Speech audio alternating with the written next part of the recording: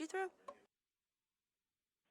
You can say hi to Justin. Hey, Justin. Hello, Justin. Hey. Hello, hello, hello. How are you guys doing? Great.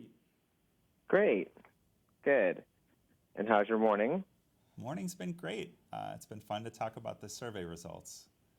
Oh, good. Good. So I don't know when they expect me to start the questions or when they expect to start the whole process, but I think you're good to go. Yeah, I think we're They're ready. recording. Oh, Yeah. really? Oh, Yeah. great. Nice. Well, I'm really happy to be able to interview you guys. Thank you so much for joining me. You bet. We're happy for the opportunity. All right. So we've made enormous strides since the beginning of the HIV epidemic, yet new HIV diagnosis rates remain high among young adults in the United States, despite overall new diagnosis remaining stable. Can you discuss why it is important to focus on perceptions and behaviors of this population in the survey? Yeah, Justin, I think we were observing this trend and seeing where new infections were largely coming from in this country. And that's one of the reasons that Merck partnered with Prevention Access Campaign to roll out this initiative known as Owning HIV, Young Adults and the Fight Ahead. And at the core of it is a first-of-its-kind survey that asked young adults specifically about their understanding, and perhaps we learned some misunderstandings about HIV, how it's transmitted, how it can be treated, and whatnot. Okay. Wow. Thank you so much.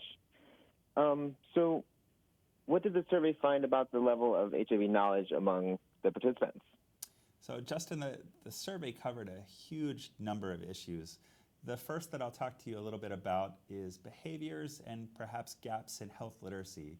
So half of the respondents were HIV uninfected, young adults, millennials, and those who are Gen Z.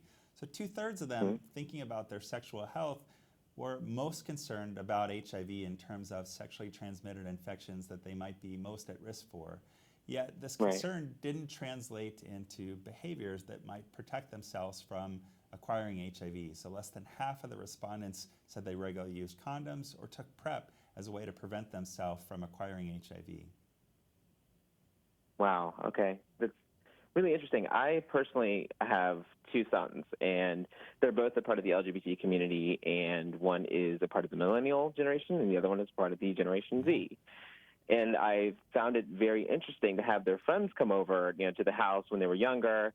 And I myself am a very open HIV positive Black gay Jewish man. So I'm very, affirming and empowering in that nature that I can be open about my status. So I did not have an issue with my sons having friends over and them telling them, oh, my dad's HIV positive, blah, blah, blah, blah, blah. This is what he does. He's a big activist. He has his own website, blah, blah, blah, blah, blah. So it was interesting to see their reaction because it just seemed that it made them a little uneasy, but it also opened up questions. They had questions like, how long have you been HIV positive? And I was like, oh, about 15 years. And they're like, wow, you look great. And I said, well, thank you so much for the compliment, but you know that I can live just about the same amount as you, right? Yeah, for sure. And they really were puzzled by that, and I was surprised. And I said, where is this lack of knowledge coming from? Like, what is going on with them? And then not being able to get the education that they need, or that is even in the schools that is required. This should be a part of their curriculum, honestly. And I was just really appalled about that. And I actually called the school and I said, "Where are you making HIV a part of your health process? And how's that look?" And they showed me the model, and I said, "Oh, Lordy, okay, well, this is what you're lacking." Yeah. So I had the school actually helped. I actually helped the school change their curriculum when it came to their health program. But so sorry about that. I was going off on a tangent. No, that's fantastic to hear. Yeah. So, but what should viewers and listeners know about the stigma associated with HIV? And did the survey find this is still an issue facing those living with HIV?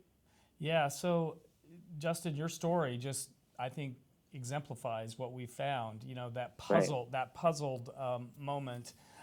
I too have two kids about the same age as yours, and I've been living with HIV since 1986, and have had similar sort of interactions. And so that's been a really interesting parallel there. So thank you for sharing your story. But No back to problem. the Thank you. survey, we did find that 25% of the HIV negative millennials that we surveyed reported avoiding people living with HIV, just on a casual basis. So shaking hands or hugging or, just even talking to, which is pretty disturbing that many individuals thought that. And 30% of the respondents in our survey said that they would avoid somebody living with HIV just on a casual basis. And so the stigma is clearly still there, and it's baffling as to why it is, especially when we have such advancements in treatment that allow us to live long and healthy lives, just like somebody who's HIV negative.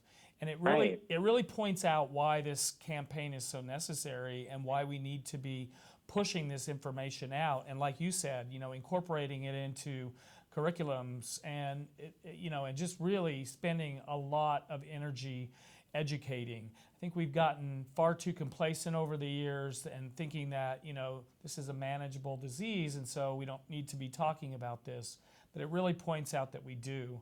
I think the other piece it points out is that we need to educate about what it means to live with HIV. And by that I mean, achieving an undetectable status. So as I'm living with HIV, and I know you know this, but all I have to do is take my medication every day, and I can get the virus to such a low level in my body that it cannot be detected by normal tests. Therefore, I'm undetectable.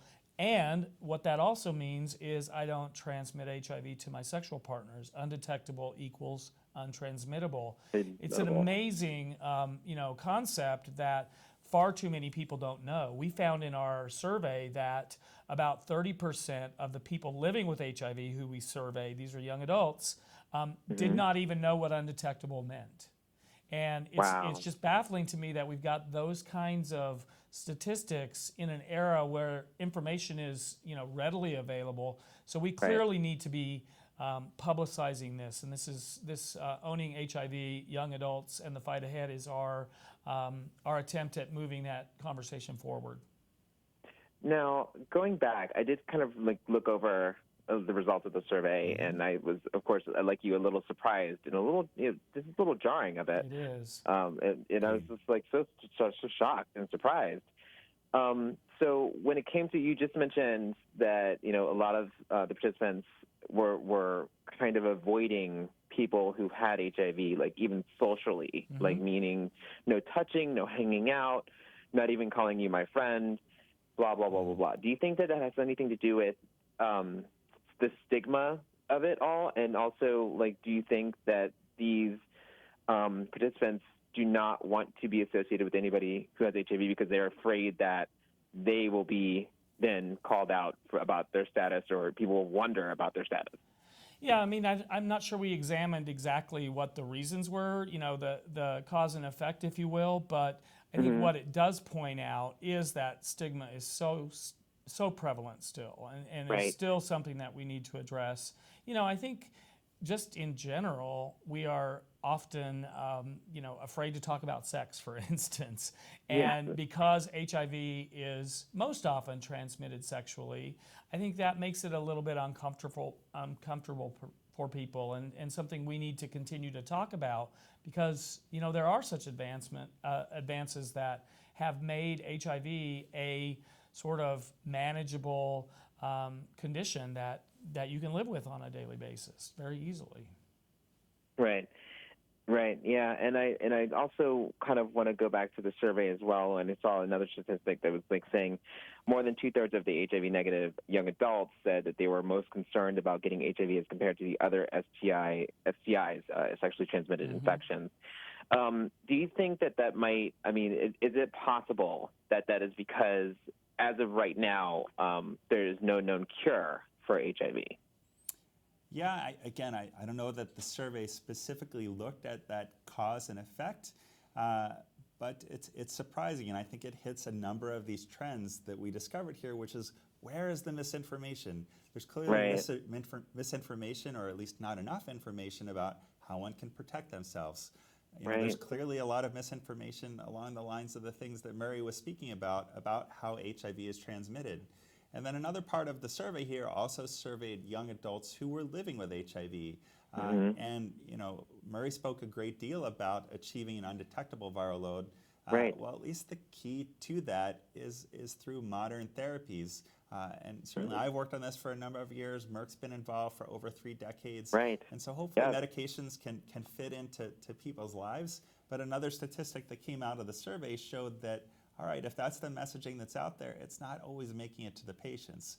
And so although you should take your medications for the most part now every single day, of those young adults who are living with HIV, more than a third were missing doses of their medications 3 or 4 days out of the week. And also there was a misconception held by more than a third of the respondents that once they were feeling better, they didn't need to take medications on a regular basis. No. Yeah. And so we can see so many different levels where education campaigns are going to be important. And so this is a campaign that goes much more beyond just the survey results. It's for all of us to own this. We know the future that we Right. want. We'd like to engage young adults so that they can pave a path towards that future. We feel it's a responsibility of our company. We feel it's a responsibility, and certainly in our partners in the Prevention Access Campaign. Justin, clearly with your blog, you're owning it as well. And so, hopefully this information helps identify where those gaps are and can show us ways that we really need to get better information out there. Yeah, definitely. And looking at this, I know that it was not addressed, but I would also love to look at to see the reasons why, the quantitative reasons why there's less access. I pretty much know that when going to actually a workshop in Chicago, there was a young man that I kind of observed, and I was just watching him like as people watch. And I came up to him and I said, "Hey, quick question for you. This is it was a very sex positive area." And I said, "Are you on PrEP?" Right. And the young man had no idea what I was talking about. Yeah. And I said, "How old are you?" He said, 24. And that's when I decided to write my dissertation on PrEP and reasons, the factors why MSMs are taking PrEP. So I just said, "Oh my goodness!" And he was a man, was a Latinx young man, and so being a person of color, you're at a higher rate of HIV infection. So I was just like, "Oh, well, is it access? Is it social economic? What are the reasons why the information is not getting out to demographics, period?" So, but my next question was interesting because you guys have kind of already answered it. Yeah. But just one more. Can you guys just explain it again to the listeners? What is an undetectable viral load when you are HIV positive? What does it mean to have that? Can you guys explain that to me one more time? Because I just want to make sure our listeners are getting the message. For sure. So an undetectable viral load is really about taking your medication on a daily basis. If you're HIV positive and you take your medication as prescribed, which is daily, you can achieve an undetectable viral load. You achieve that by just taking your medicine. The medicine suppresses the virus to such a low level, it pushes basically it down to the level that cannot be detected by a test.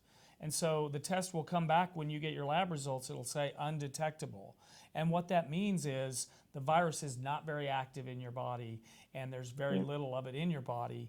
And therefore you don't transmit the virus to your sexual partners. It's like you are not infectious, to use a stigmatizing word sometimes, but you are not infectious if you have an undetectable viral load. You don't transmit the virus. You don't pass it on. You can't pass it on. It's not a, almost or anything like that. It is zero risk. Zero risk. And studies have proven this. There's 4 major studies over the past several years that have demonstrated this. Thank you so much. And where can the listeners go for more information? So Justin, the campaign website is owninghiv.com. It's live today. We're getting these results out there in conjunction with World AIDS Day on December 1st, and it'll be a great place to go to learn much more about the results that we found in our study. Well, thank you so much. This is Justin Terry Smith from Justin's HIV Journal. Thank you so much for Murray Pinner and Peter Sklar. I appreciate you guys for coming on the show. Thank you so much for all the information. I hope it gets to the right people. Great to talk with you, Justin. Thank you, Justin. All right, have a good one. You too. You too. Bye.